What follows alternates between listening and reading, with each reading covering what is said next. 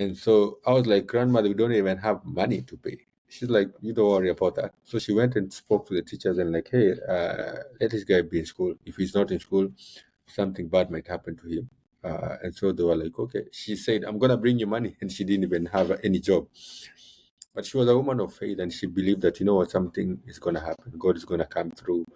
And at this particular time is when Compassion came to the school, because the school was not far from Compassion Center. Remember, Compassion works with local churches.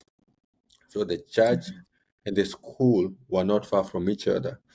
And so at that particular moment, Compassion would come to a school like my school, because the school has kids from Madare, from the slums.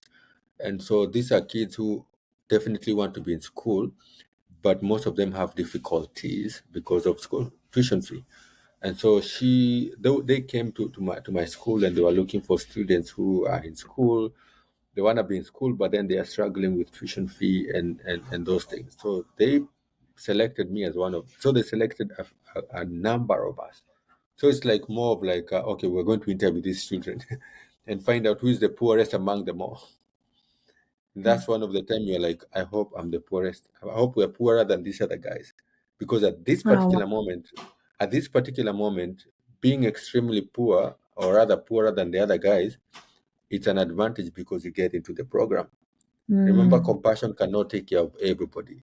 Matare has millions of people. And so you can't take care of every child. And so they're trying to see among all these poor, which ones are the poor of the poorest. And so they started asking us questions. Like for me, because of my teachers knew about my situations and what was happening. So they just went further and asked, hey, do you have both parents? No, I don't have both. I have my mom, I don't have my father. Okay, does your mom work? No, she does. Like, in other words, trying to find out among these kids, who are the kids that definitely need this more than anybody. And so I happened to be among the ones that they said, okay, then you need to be this program. And so that's how I was enrolled into the program of Compassion. And so they took our names and they say, hey, come to the Compassion Center, come to the church. Actually, we didn't know so much about the Compassion. We knew about the church, because what Compassion does is that they go under the church and they want the church to shine a light and not so much Compassion. So they go under the church, they empower the church, and that church becomes the light in that community. So they ask us, hey, come to the church.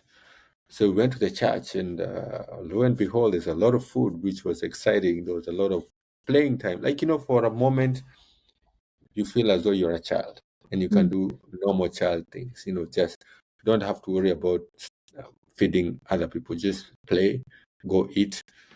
And yeah, so that's how it started.